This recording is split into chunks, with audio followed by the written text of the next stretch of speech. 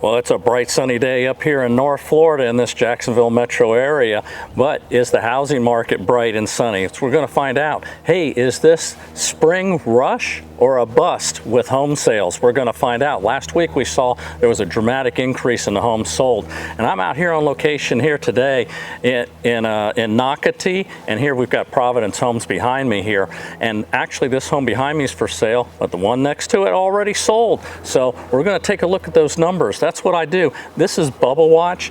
This is season 3, and I'm in week 52. That's right. The end of season 3 is tonight, where I look at these Jacksonville metro numbers and look at these home sales and a whole lot. I go into the back end of my MLS because, see, I'm just a regular guy who happens to be a real estate agent up here in North Florida, and every week I take you into the back end of my MLS account and we look at this. We're going to take a look at those active listings, which is your inventory. We're going to look and see how many sold in the last 7 days. Look and see how many are active under contract, how many went pending. Also take a look at the new home construction sales to see what they did, and also look at their new construction inventory. You know, what I'm going to do is I put all that information in, I export it. It comes into an Excel spreadsheet that looks something like this, which is kind of jumbled up, hard to decipher. So I clean it up and put it into my own Excel spreadsheet, which looks more like this, and we can compare week by week and year by year very easily to see what's going on. Okay, so right now, while all those numbers are crunching out, let's see what those interest rates did this last week.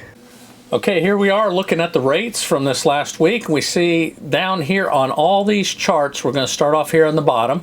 And this is where we ended up last week. Then at the top is where we end up this week. And these arrows on the side are the changes during the week. All right, here we see we were at 6.9%. Had some green arrows, red arrows. We ended up at 6.9, so we went up 1. But look at during the week. I mean, it wanted to go to 7, but it just fell down and then started to creep up a little bit, but we still stayed under 7 this week.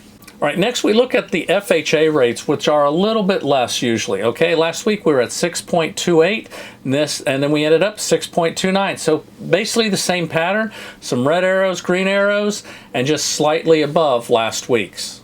VA rates pretty much follow along the FHA rates. Okay, we were at 6.3. Looks like it tried to stay like that throughout the week because it was very small increments up and down. And we ended up at 6.3, the same we were last week. All right, now we're getting ready to go into those Excel spreadsheets. But before I do that, I said this is season 3, week 52. This is the end of season 3. Is there going to be a season 4 next week? What's going on with this show? You know, we haven't seen the bust that everyone told me was going to happen. That's the reason I started this show. So later on, I'm going to tell you what's going to go on, whether we're going to have a season 4 or if this is it. So let's go into these Excel spreadsheets. Look at all these numbers. I got a lot more than what I just showed you there in the MLS. Also, I look at the median price of homes sold for the week and the median price per square foot for single family homes, townhomes, and condos. I'm the only one that does this on a weekly basis, so let's get to the Excel spreadsheets right now. All right, here we are into my Excel spreadsheets, and as you can see, this yellow column right here, this is our current week. Here we are, season 3, week 52. These other yellow columns are the previous 2 weeks. So you can see it's really easy to quickly look and compare the last couple weeks to this week to look at a trend. This column right here to the right of the yellow in the white, that was last year at this time. So again, now it's easy to compare last year to this time. YOY is the year-over-year percentage of difference between the two. SFH here in the blue, that is your single family homes. That's where I pull them out by themselves and just show their data alongside everything. Over here, this column here shows what each row is. Active, sold, active under contract, pending, and so forth as we go through these. Okay, these blacked out rows there are our solds, which we are going to show very shortly because we saw what happened last week, this huge jump. Did it continue? Is this spring sales a bust or a rush? We'll see. All right, here we are. Let's start off with the inventory for this week. 11,064. We broke the 11,000. Now, I know there is somebody out there in particular that right now has a grin from ear to ear that we hit 11,000, okay? That is our active listings, and that is our inventory. All right, sold. What sold in the last 7 days? All right, 447. Okay. That is a big drop from last week and even a drop from the week before. So, all right, these sold numbers. Most of them probably went under contract at the beginning of April, some probably in the middle of March to then. But either way, in the end of March, beginning of April, or even if it was just a cash deal, it could have been just a couple weeks ago. We were hot into the spring market, and this isn't good, okay? This is a big drop in the sales, okay? Next, we're looking at total active under contract was 1,564. So more went under contract, okay? How many went pending, though, in the last 7 days? 415. That number's down from last week, but above from a couple weeks ago. Total under contract for both of them is 1,979, which is up. So we've got more total under contract. Now, those active under contracts, they're under contracts, but they have contingencies. They could be waiting for an inspection, an appraisal, or financing, or other things. But generally, those are the three things. Once those contingencies clear, then it goes into pending status. That's where we get those numbers from. Withdrawn, 68 this week. Withdrawn are people that the listing is still an active listing. It just can't be shown. The sellers do not want it shown temporarily for various reasons, so that is a withdrawn status. Expired, these are ones that actually did not sell and went off market, 145. Now, that's still a good number, okay? But I mean, last week was just a freak, 477, but 145 this week. All right, next is how many new homes sold in the last 7 days. Let's see what their numbers are. 74. Holy crap, about what was that? 1/3 of what was last week, and half of what it was the week before. That really is bad, okay? That really was bad. And they're giving a lot of incentives right now, and we still saw it go down to 74. I guess they all bought houses last week, right? The inventory, 2376 for your new homes. Now here in the orange is where I show the percentage of homes sold that are new. This week, just over 16.5, okay? That is a big drop from these last couple of weeks, okay? So a lot fewer people bought the new homes, so I don't know what's going on there. Okay, over in the blue column here, you see the single family homes, and you can see all the data there, and everything's opened up so you can kind of look at it yourself. Now, just to let everyone know that this Excel spreadsheet is downloadable, okay, from a link in the description of this video. The video description, you'll find a link, and this is where I go all the way back to, well, I'll just show you quickly for those people that are new to this show. All the way back when I started this show back in 2022, when everyone said the market was crashing. Well, we crashed as far as sales, but these prices, wait till you see the median sales prices as I get to that. We'll see there's no crash in the prices right now. All right, real quickly, these are the condominium numbers, and you can see right here. Now, it follows a different because I started them at a different time. So that's why, it says season 2, week 10, because I didn't do condos all the time. It was after the crisis, became apparent. So here's the numbers for the condos, and they follow pretty much the same format. All right, how did people pay for these homes? Right there we see about 1/4 paid for cash. almost 41% conventional, so that is a jump. So that is a high number there. FHA dropped a little bit to just over 18. VA about the same as last week in the 12s. Others 3.36. As these rates stay up there into the mid and upper sixes, then we're going to see these others, you know, taking more of a form, okay, until those rates come down. These numbers here below are the actual units that sold for those categories. As you can see, out of the 447 sold, 111 were cash, 183 conventional, and so on. Okay, the foreclosure numbers. Okay, these are the ones that are statused as foreclosures, pre-foreclosures, and short sales in the active listings. They are not your total foreclosures for Northeast Florida. Okay, as we can see here, foreclosures this week 85, pre-foreclosures 16, short sales 51, for a total 152, so we did have a drop this week. That foreclosure tsunami never happened. That I was told by a lot of people, it's coming, it's coming, it's coming. No one ever really shows any stats or puts any stats in the comments. They just said, you know, the foreclosures are up. But you know, this, again, these are active listings. This isn't your total foreclosures through Northeast Florida. Okay, here I take a look and see the percentage of homes that sold under list, at list, and above list. And here we have, you know, pretty consistent here, you know, with the last couple weeks there. 77.63% sold under list. Homes that sold at list, just over 13%, and homes that sold above list, just over 9%. And below are those actual units.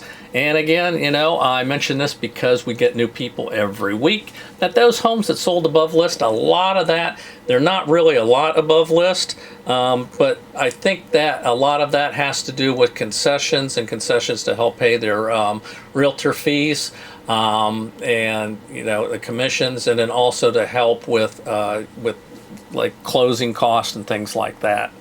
Okay, next we look at price categories here. Those that sold in the 500,000 and above, over 30%, okay, sold in that. So that is definitely up from these last few weeks, all right? Quite a bit. Homes in the 400s, it stayed pretty consistent there, okay? This was just almost 11 and a half. Homes that sold in the 300s, almost 24%, so about a fourth there. Homes that sold in the 200s, okay, 22.82. Homes that sold below 200, 11.41. And here, as we can see, are the actual units that sold in those categories. Now I take a look at the new homes that sold under list, at list, and above list, and we can see that, you know, 3/4 of them sold under list, 13 and a half sold at list, and homes that sold above list. This always surprises me with the new homes though, but we had a jump here, 10.81%. And again, those numbers below are your units. Okay, here is where we get to what I do that I haven't seen anybody else do up here, is do the median price on a weekly basis of the median sales price, break it down by single family homes, townhomes, and condos, and then your median price per square foot on a weekly, okay? And then after I go over these, then we'll spread it out so that you can see the previous weeks to get an idea of any trends. So as you can see here, single family homes, the median price was $388,500, $212 a square foot. Townhomes came in at $279,990, $192 a square foot, and the condos came in $340,000 at $218 a square foot. So we've got some pricey condos out there to bring this to that. Okay, as we spread back on this, now you can look at the last couple of weeks back and get an idea of any trend. Okay, this here is where I pull the data of, you can see what type of home it was, single family, condominium, townhome, you know, mobile home, manufactured home, whatever. The original list price, that's what it originally went up for. List price is what they actually lowered the price to. And then the close price, okay, is what they sold it, and then the difference. Now that first one, actually the first couple, okay, we got two bonehead entries here, okay, Realtors of the Week, okay, so what that should have been was, you know, 371 for that second one, and then what they made it was they put the decimal off and made it 3 million.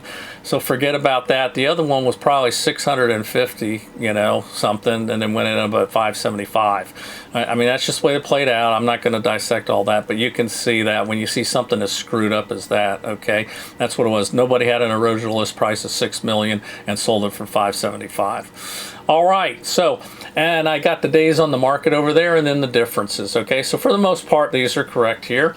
I'm going to scroll down through this, okay? Now, again, if you want to pause the video and check it out, you know, feel free to as you want, or take a look at, you know, the link, you know, in the description, and then just download this Excel spreadsheet and check it out yourself. So as you can see, we're still going through a difference. We haven't hit the zero yet. When we get through to zero, like right there, that's the list price. You can see that's when they sold for the list price. And look at the days on the market. It's always interesting when they're at the list price there. They didn't last that long when they sold the list. That's because the people priced it right, okay? Now we go to the ones that were, okay, sold above list, okay? And as you can see, the numbers are small. That's what makes me believe that a lot of this is just concessions, okay? But, and not so much like multiple offers, although some of that could be. And then you just see the days on the market with that also. Hey, if you like the way I put this video together for you with these Excel sheets so that you can easily see between the weeks and the years, give me a thumbs up. And if you want to be part of Bubble Watch Nation, then just hit that subscribe button, subscribe to the channel. And so what we're going to do right now is go into what is called MLS Advantage, okay? This is where I look at the 9 counties in this Jacksonville metro area. And these 9 counties you see on this map right here. Now, what I do is I take the sales data from the last week for them and I put it into an Excel spreadsheet. And then I also show the numbers by county so that you can see which county has the most activity. And like I said, I happen to be in St. Johns County in here, which has a lot of activity with new construction as what's behind me right here, and also all around this area. So right now, let's go into MLS Advantage. All right, here we are into MLS Advantage, okay? And down here we look at those 9 counties: Baker, Union, Bradford, Clay, Nassau, Duval, St. John's, Flagler, and Putnam. Over here we hit that search button and that comes up to 615 properties. All right, now when I put those numbers into the from the counties into this chart here, we can see we break it down by counties. That Baker had 4, Union had 0, Bradford had 5, Clay County 53, so geez, quite a drop there. Nassau had a big drop, 58, Duval County 256, St. John's 122, Flagler 94, and Putnam at 23 for our total of 615. And look at, you can see, I mean, the big drop that we had there. Also, when you see those numbers at the bottom for the totals, it's nice to be able to see across to see the difference there and the trend.